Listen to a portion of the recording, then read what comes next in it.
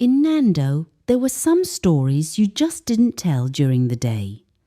The bright sunshine had a way of making people feel safe, even when they really weren't. But after the night the Mimiky attacked, everything changed. The elders kept their promise. From that day on, every single kid in Nando knew the truth. They knew exactly why the doors were locked at night, and they knew what was roaming around outside after the sun went down. Most importantly, they knew they should never ever answer if something called out their name in the dark. For a while, things were peaceful. No doors were opened. No children went missing. The Mimiky didn't show up as much anymore. Some of the villagers even started to think that the danger was finally gone. But Mum Ngozi knew better. Spirits don't just give up, she warned everyone. They wait. Weeks went by. Then one morning, something shifted. It started quietly. It was so quiet that nobody noticed at first, except for Tobe. The sun had just come up, and the village was coming to life with the usual morning noises. Kids were laughing, goats were bleating, and women were busy cooking. Tobe stood by the water well, keeping a close eye on everything, like he always did now. That's when he spotted Obi, the youngest boy in the village. This was the same little boy who had almost opened the door on that terrifying night. He was standing near the edge of the village all by himself, not playing, not laughing, just standing there and watching. Tobe frowned. That wasn't like him at all. Obi was usually running around, laughing and chasing after something, but right now he was completely still, way too still. Tobe slowly walked over to him. "Obi!" he called out. The boy didn't even flinch. Tobe got closer. "Obi, are you okay?" Slowly, Obi turned his head. Tobe suddenly felt a creepy chill run down his spine. There was something totally wrong with the way the boy moved. It was too slow and too smooth. "Did you hear me?" Tobe asked. Obi just stared right at him. Then he smiled. It was a tiny smile, but it felt completely off. "I'm fine," Obi said. His voice sounded normal, but there was an empty, hollow feeling behind his words. Tobe's heart started beating faster. "Why are you standing out here all by yourself?" he asked. Obi didn't answer right away. Instead, he looked past Tobe, staring toward the huts. "I like it here," he said quietly. Tobe followed his gaze. Obi was staring at the doors, studying them the exact same way the Mimiky used to. A wave of goosebumps hit Tobe. "Obi," he said slowly, "what did you dream about last night?" Obi blinked, looking confused by the question. "Dream?" he repeated. "Yeah," Tobe said carefully. "You always talk about your dreams." Obi's smile faded a little bit. "I don't remember." Right then and there, Tobe knew something was wrong. Seriously wrong. Because Obi always remembered his dreams. Every single time. Before Tobe could say another word, Obi suddenly stepped closer, way too close, and for just a split second, Tobe saw it. His eyes, they flickered. It only happened for a brief moment, but that was all it took. For a fraction of a second, his eyes went completely black. Tobe jumped back quickly, his heart pounding in his chest. Obi tilted his head to the side. "Why are you scared?" he asked softly. Tobe forced himself to stay calm. "I'm not scared. But he was absolutely terrified, because now he realized a horrible truth. The Mimiky hadn't failed. They hadn't gone away. They had actually succeeded. Somehow, one of them had made it inside the village, and it was pretending to be Obi. Tobe's mind was racing. But how? No one had opened a door that night. No child had stepped outside. So how did the Mimiky get in? Then a horrifying thought popped into his head. What if they didn't need a door anymore? What if the rules had changed? Obi smiled again, a slow, creepy, unnatural smile. "You shouldn't be outside so much, Tobe," he said quietly. "It's not safe." The words sounded like a warning, but they felt like something else entirely. They felt like a threat. Tobe took another step back. "I have to go," he said. Obi didn't try to stop him. He just stood there, watching him. As Tobe walked away, he felt a creepy sensation crawling up his spine, a heavy feeling he just couldn't shake, the feeling that something was burning its eyes into his back. It was studying him, learning him, just like it did before. But this time, it wasn't happening outside the village. It was already inside.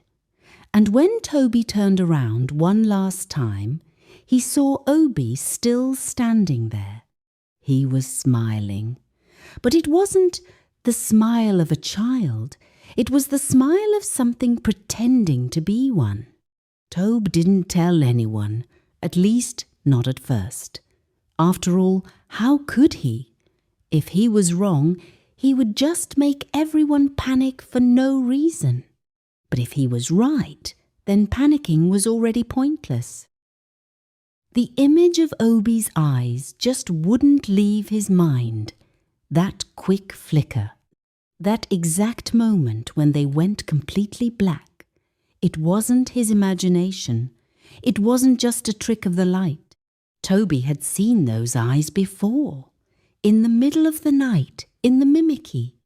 And now they were inside the village. The rest of the day felt completely off. It wasn't obvious. It wasn't enough for other people to notice, but it was enough for Tobe.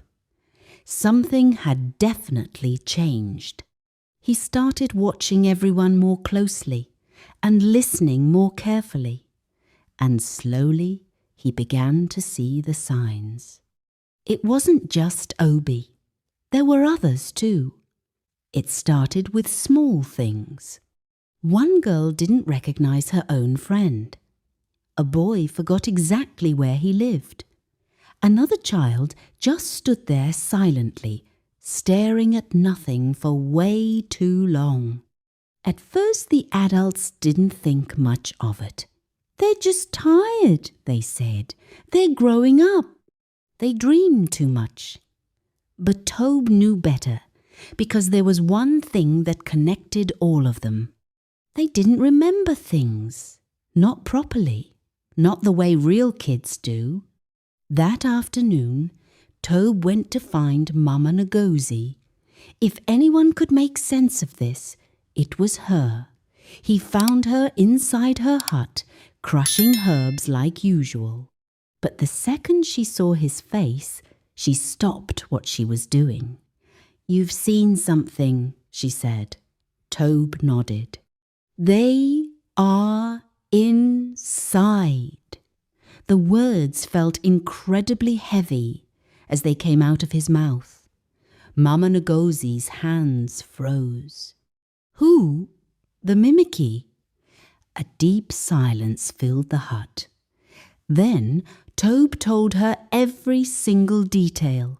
He told her about Obi, about the black eyes, and about how the other children were acting so strange. When he finished talking, the old woman leaned back slowly. "This shouldn't be possible," she whispered. "But it is," Tobe replied. She closed her eyes for a long moment. Then she spoke in a voice that was even quieter than before. "There is only one way." Tobe leaned forward. "How?" Mama Ngozi looked at him intently. "The Mimiki cannot create memories." Tobe frowned. "What does that mean?" "It means they can copy a body," she said, tapping the side of her head. "But they can't copy a life." Tobe's heart skipped a beat. "So that's why they keep forgetting things?" "Yes." Her eyes grew sharp. "They watch, they learn, they copy, but they don't truly understand what it means to be human." Tobe suddenly felt a rush of panic. "Then we can catch them." Mama Ngozi nodded slowly. "Yes, but we have to be extremely careful." "Why?" Her face turned very serious. "Because if they find out that we know..." She didn't finish the sentence, but she didn't need to. Tobe understood perfectly. They wouldn't just hide in the shadows anymore. They would attack. That evening, everyone in the village gathered together like they always did. Kids were playing near the big baobab tree, and the adults were chatting in small groups. Everything looked completely normal, but Tobe could see it now. He saw the differences. He saw the cracks in the act. Obi was standing with the other kids, laughing and playing along, but his laughter always came a second too late. His movements were just a tiny bit off, like someone copy-pasting what they saw instead of just acting naturally. Tobe walked up to him again. This time, he was ready for whatever happened. "Obi," he said. The boy turned around. "Yes?" Tobe looked straight into his eyes. "What did we do down by the river last week?" Obi paused. It was just for a split second, but it was enough. "River," he repeated. Tobe's chest tightened up. "You fell into the water," Tobe said slowly. "And I pulled you out." Another pause. Then Obi smiled. "Oh, yeah." But the answer came way too late, way too fast, and sounded totally empty. Tobe stepped back. It was him. There was no doubt about it now. Obi wasn't Obi anymore. And if one Mimiky had sneaked into the village, others could too. That night, Tobe couldn't stop overthinking. The rules had completely changed. Before, the danger was waiting outside. Now, it was already inside. And what made it worse was that nobody else seemed to notice. Or maybe they were finally starting to. Because later that evening, something happened. A mother screamed. The sound sliced through the village like a sharp knife. Everyone rushed toward the noise, and Tobe ran along with them. When he got there, a crowd had already gathered outside the hut. A woman was standing in the doorway, shaking all over with tears streaming down her face. "It's not my kid!" she cried out. "It's not him!" Inside the hut, a small boy just sat there silently, watching. He wasn't crying, he wasn't speaking, he was just staring. The elders pushed their way through the crowd. "What happened?" one of them asked. The woman pointed a shaking finger. "He doesn't recognize me," her voice broke. "He doesn't remember anything." The boy tilted his head to the side, doing the exact same unnatural movement the Mimiky always did. A freezing silence spread through the crowd. The elders traded worried looks, and in that exact moment, they knew. The nightmare was back. But this time, it was way worse. because now the Mimiky weren't waiting outside locked doors. They were already inside their homes, sitting right by their fires, sleeping next to their families, and pretending to be real. Tobe felt a wave of fear rise up in his chest. This wasn't just about one kid anymore. This thing was spreading, and nobody knew how many people had already been replaced.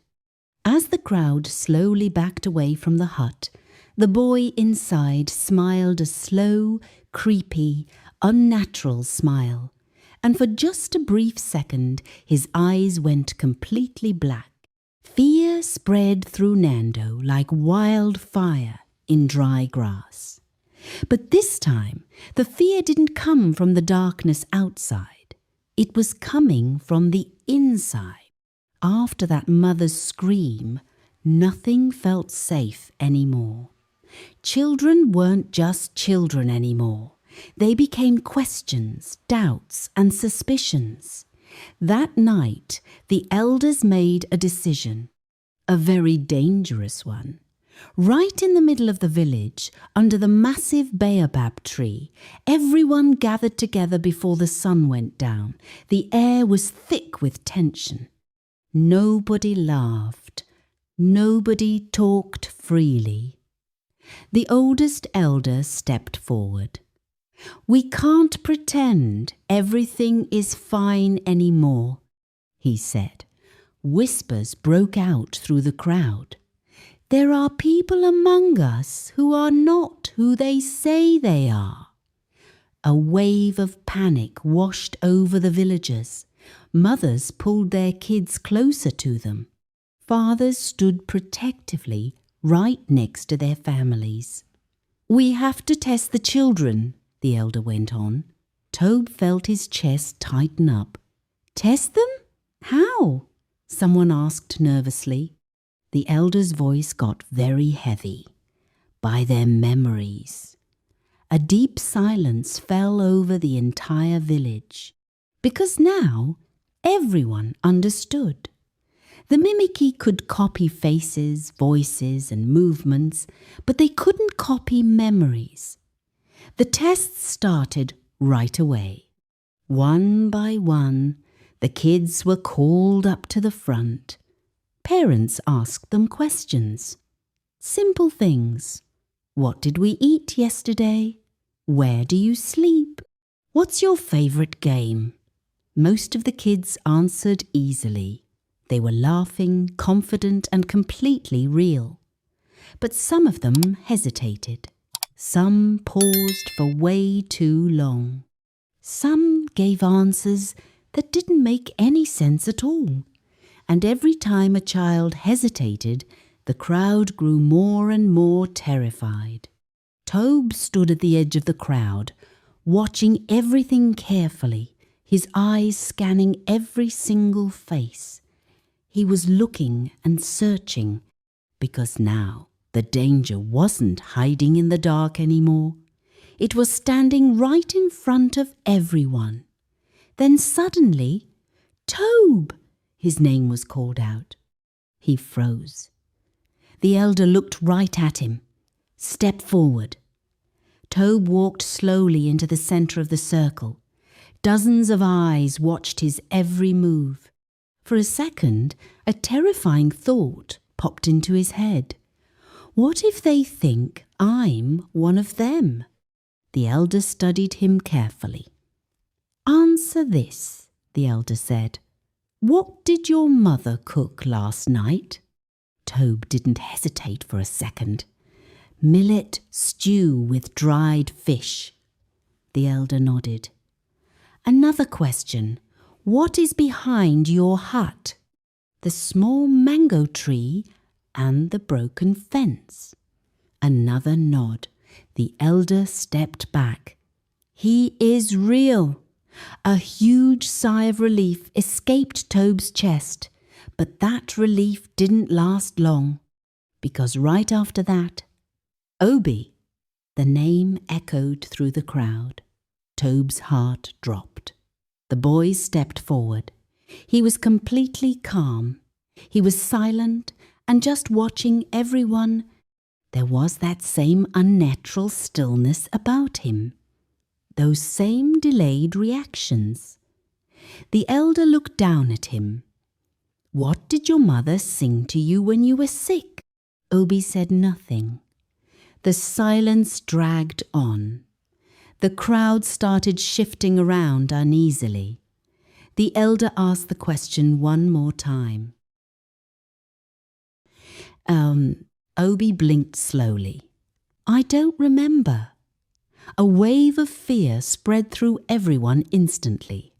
The mother from earlier started crying all over again. The elder's face hardened.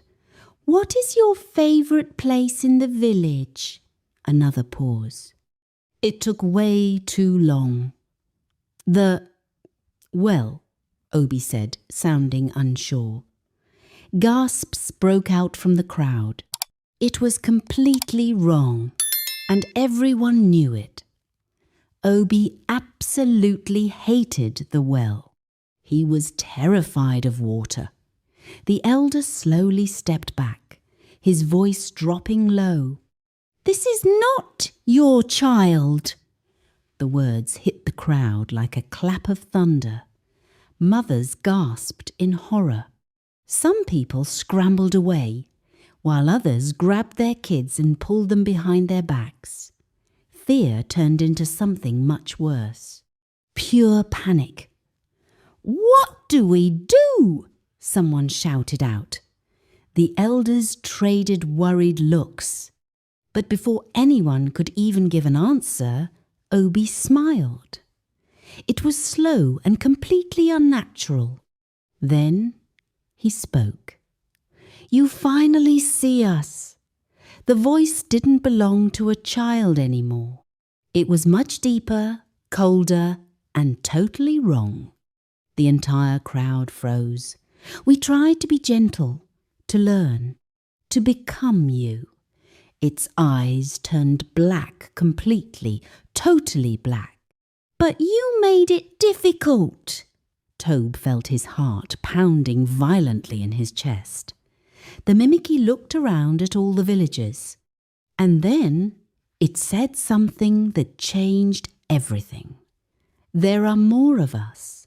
Total silence. A heavy, terrifying silence. Then, somewhere in the crowd, a child laughed. It was a soft, creepy, unnatural laugh. Then another child laughed, and then another. Tobe spun around quickly. 3 kids were standing near the edge of the crowd, all of them smiling. Everything about them was wrong.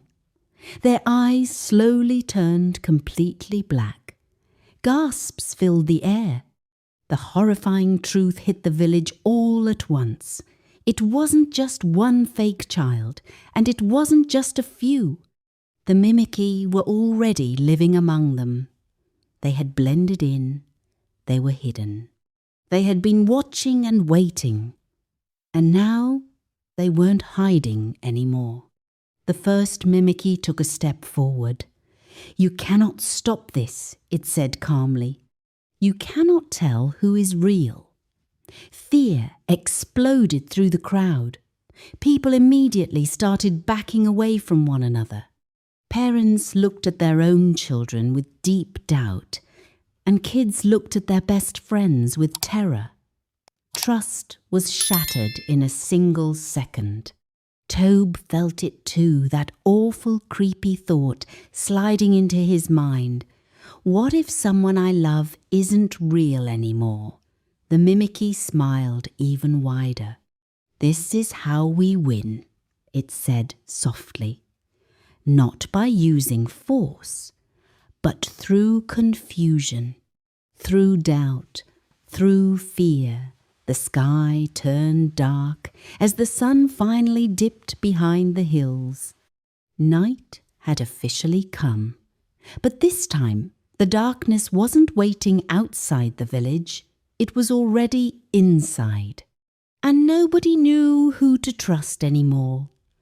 That night, Nando did not sleep, not a single soul. For the first time in generations, the village's biggest fear wasn't about what was waiting outside their doors, but about who was already inside with them. After the Mimiky revealed themselves under the baobab tree, the elders ordered everyone back into their homes before total darkness hit. But this time, locking the doors brought absolutely no comfort. Because now, the question was no longer, what is outside? It was, who is inside with me? Tobe sat in the corner of his hut, his back pressed tight against the wall, with his eyes glued to his parents. The fire between them flickered weakly. Shadows danced along the walls like silent watchers. His mother stirred the cooking pot slowly. His father just sat there quietly, staring into the flames. Everything looked normal, way too normal. And that was the exact problem. A thought whispered in Tobe's mind something he really didn't want to believe. What if one of them isn't real anymore? His chest tightened up. He absolutely hated the thought. But after what he had just seen, and after what the Mimiky had said, he couldn't just ignore it. They can't copy memories, he reminded himself silently. That was the only truth he could hold on to, the only way to find out. But asking questions right now felt incredibly dangerous. What if they noticed what he was doing? What if the Mimiky inside the village had already learned how to hide their weakness? The silence inside the hut grew heavier and heavier. Then suddenly, Tobe. It was his mother's voice, soft and gentle, but it made his heart jump. "Yes," he replied carefully. She turned toward him. "Why are you looking at us like that?" Tobe froze. He hadn't realized he was being so obvious. "I'm just thinking," his father spoke up next, "about the Mimiky." Tobe nodded slowly. His father leaned forward a little bit. "You did the right thing," he said calmly. "You told the elders. The words should have made him feel better." But something about his father's tone felt totally off, way too calm, way too controlled. Tobe swallowed hard. "Father," he said slowly, "what did we do during the last full moon?" It was a simple question, but the second it left his mouth, the whole vibe in the hut completely changed. His mother stopped stirring the pot. His father's eyes lifted slowly. And for a brief moment, way too quick for anyone else to notice, something flashed across his father's face. A quick flicker. Then it was gone. "We sat outside," his father said. "We watched the moon." Toby's stomach dropped. That wasn't true at all. During the last full moon, his father had been terribly sick. He hadn't even left his bed. Tobe's hands started to shake. "No," he whispered. His mother turned to him. "What do you mean, no?" Tobe's breathing became shallow. "That didn't happen," he said. His father's gaze sharpened. "What are you saying?" Tobe slowly stood up, fear rising inside him like a massive storm. "You were sick," he said. "You didn't go outside." Silence, a heavy, crushing silence filled the room. His father just stared at him, completely unmoving. Then, slowly, he smiled. It was a slow, creepy, unnatural smile. Tobe's heart stopped. His mother stepped back a little bit. "Why are you smiling like that?" she whispered. His father didn't answer her. His eyes were locked dead on Tobe. And then they changed. Black. Completely, totally black. Tobe stumbled backward, his breath catching in his throat. "No," he gasped. "It can't be." But it was. The Mimiky hadn't just sneaked into the village. One had crawled right into his home. His father, or whatever was pretending to be him, slowly stood up. "You are smarter than the others," it said. The voice was completely wrong now. Deeper, colder, way too smart. Tobe's mother screamed. "What are you?" The Mimiky turned its head toward her, slowly and calmly. Then it spoke. "I am what comes after you forget who you are." The hut suddenly felt smaller. The air felt heavier. Tobe's mind was racing. The door. He had to get out. He had to warn everyone else. But the Mimiky moved way faster than any human possibly could. In the blink of an eye, it was standing right in front of the door, smiling, waiting. Tobe's heart pounded violently. He looked around desperately. There had to be a way out, a way to escape. Then he remembered something Mama Ngozi's words. They cannot create memories. An idea sparked in his mind. It was dangerous. But it was the only option he had left. Tobe took a step forward, slowly, facing the Mimiky head on. "You are not my father," he said. The creature tilted its head. "No, I am better." Tobe clenched his fists. "If you are really him," he took a deep breath, "tell me what you told me the day I was scared of the river." The Mimiky paused. It was just for a split second, but it was enough. "See," Tobe said, "you don't know." The creature's smile faded a bit. "You will never know." Toby's voice grew stronger.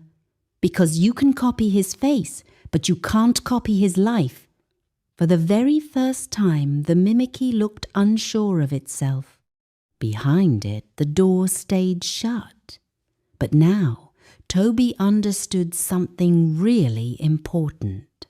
The Mimiky didn't just need open doors to get in.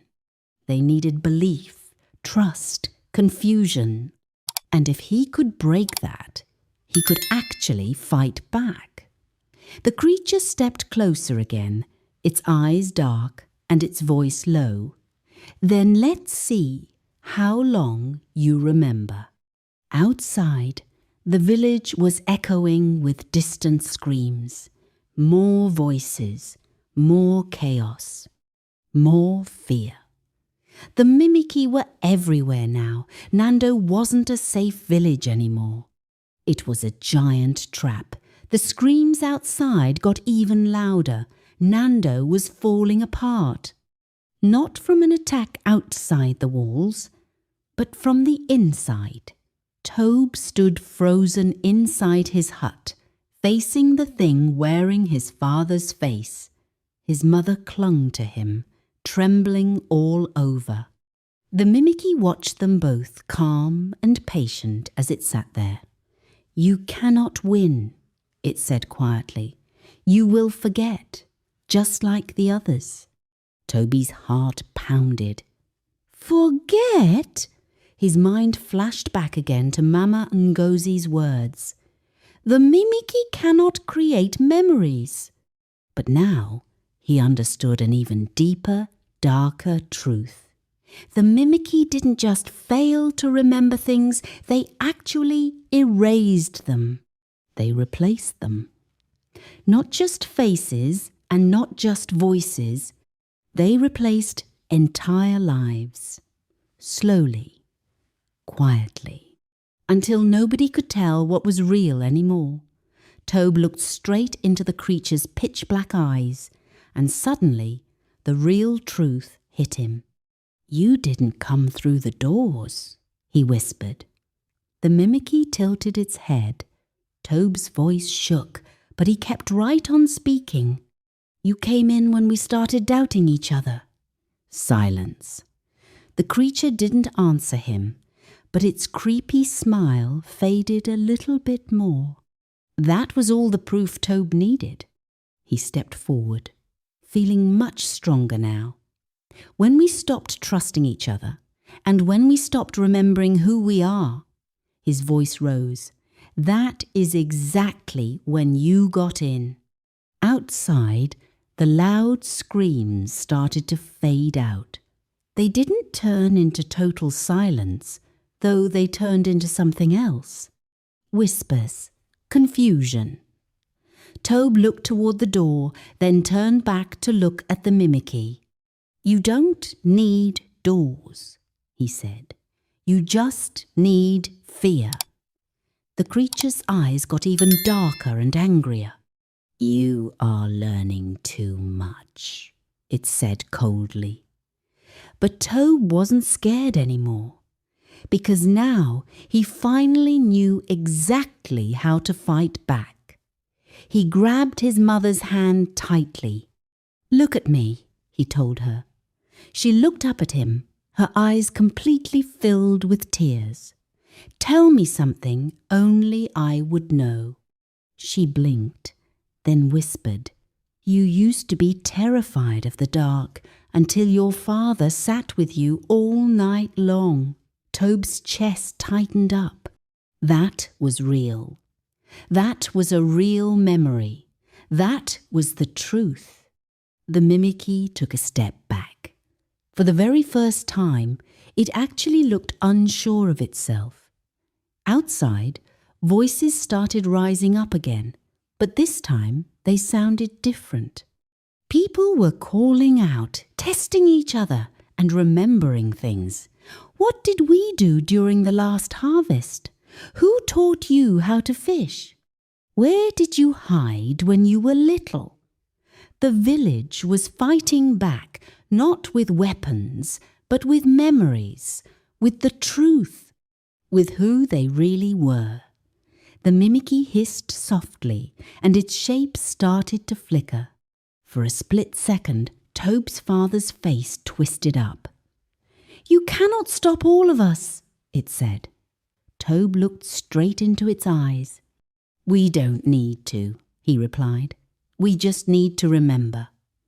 The creature made a low, creepy, unnatural sound. Then it started to fade away.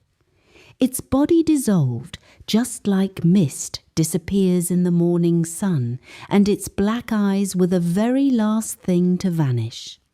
And then it was completely gone. Tobe collapsed straight onto his knees, gasping for air. His mother held on to him tightly. Outside, the village finally went back, not to how things used to be, but to something much stronger and much more aware. From that day on, Nando changed once again. The doors were still locked tight at night, but that wasn't their only protection anymore. Every single child was taught their own story. Every family shared their memories.